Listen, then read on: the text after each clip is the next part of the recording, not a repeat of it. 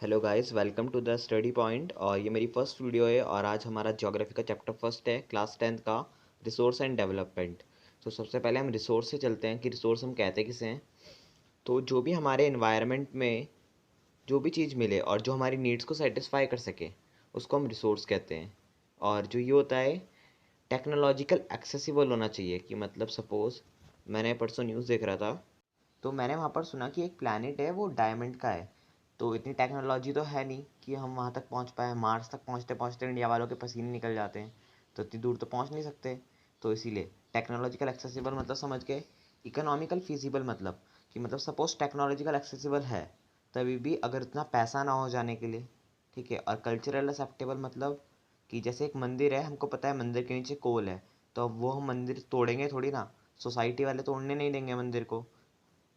तो इसका कंक्लूज़न ये निकलता है कि रिसोर्स क्या होती है, जो भी हमारे इन्वायरमेंट में हो और जो हमारी नीड को सेटिस्फाई कर सके। और ये इकोनॉमिकल फीजिबल होती है, टेक्नोलॉजिकल एक्सेसिबल होती है और कल्चरल एक्सेप्टेबल होती है।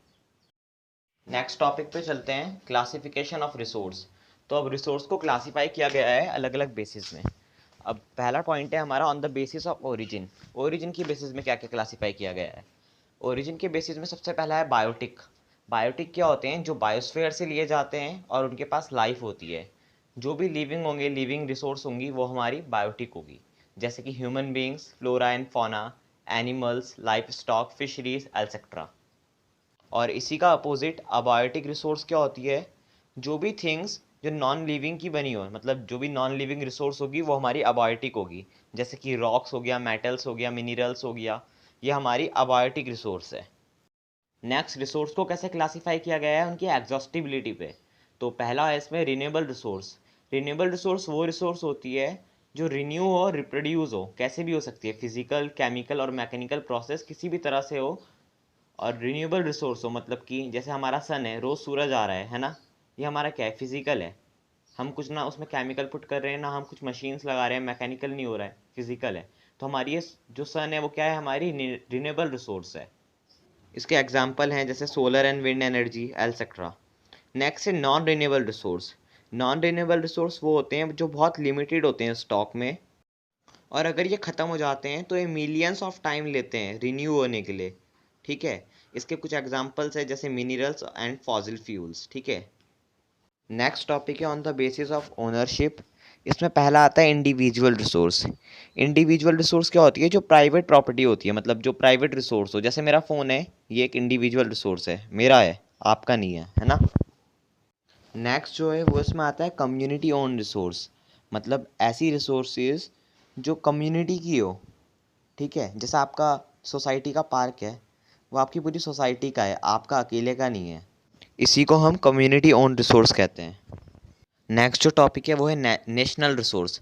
नेशनल रिसोर्स वो होती है जैसे हमारे पूरे इंडिया में जो भी मिनरल्स हो, वाटर रिसोर्स हो, फॉरेस्ट, वाइल्ड लाइफ, जो भी चीज़ें हों, सारी की सारी रिसोर्स हों, उसको हम कहेंगे नेशनल रिसोर्स। और हमारी कोस्ट लाइन से 22.2 किलोमीटर का जो एरिया होता है, जिसको हम 12 नॉटिकल माइल्स कहते हैं, वो भी हमारी नेशनल रिसोर्स में इंक्लूड होता है, ठीक है। नेक्स्ट जो टॉपिक है वो है इंटरनेशनल रिसोर्स।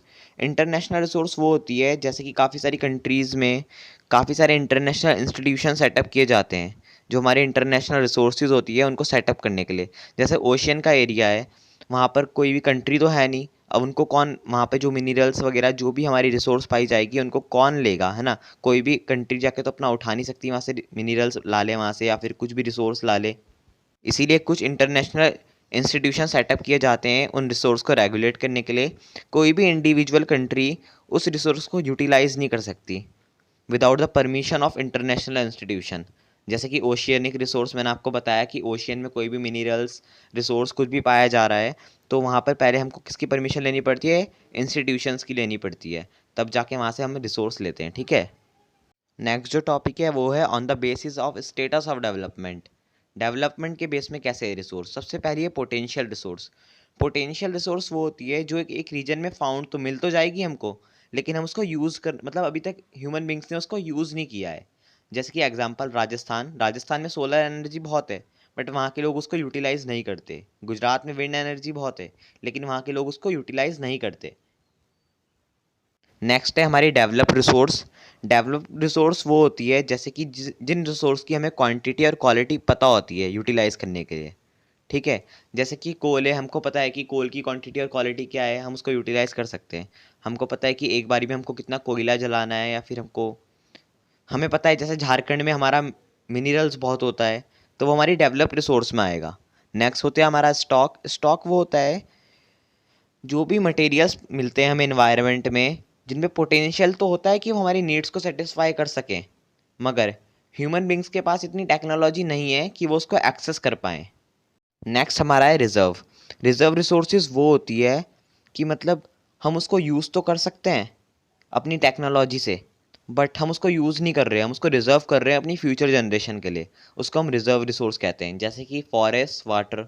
ठीक है, और ये हमारा पार्ट 1 है, पार्ट 2 जल्दी ही आएगा।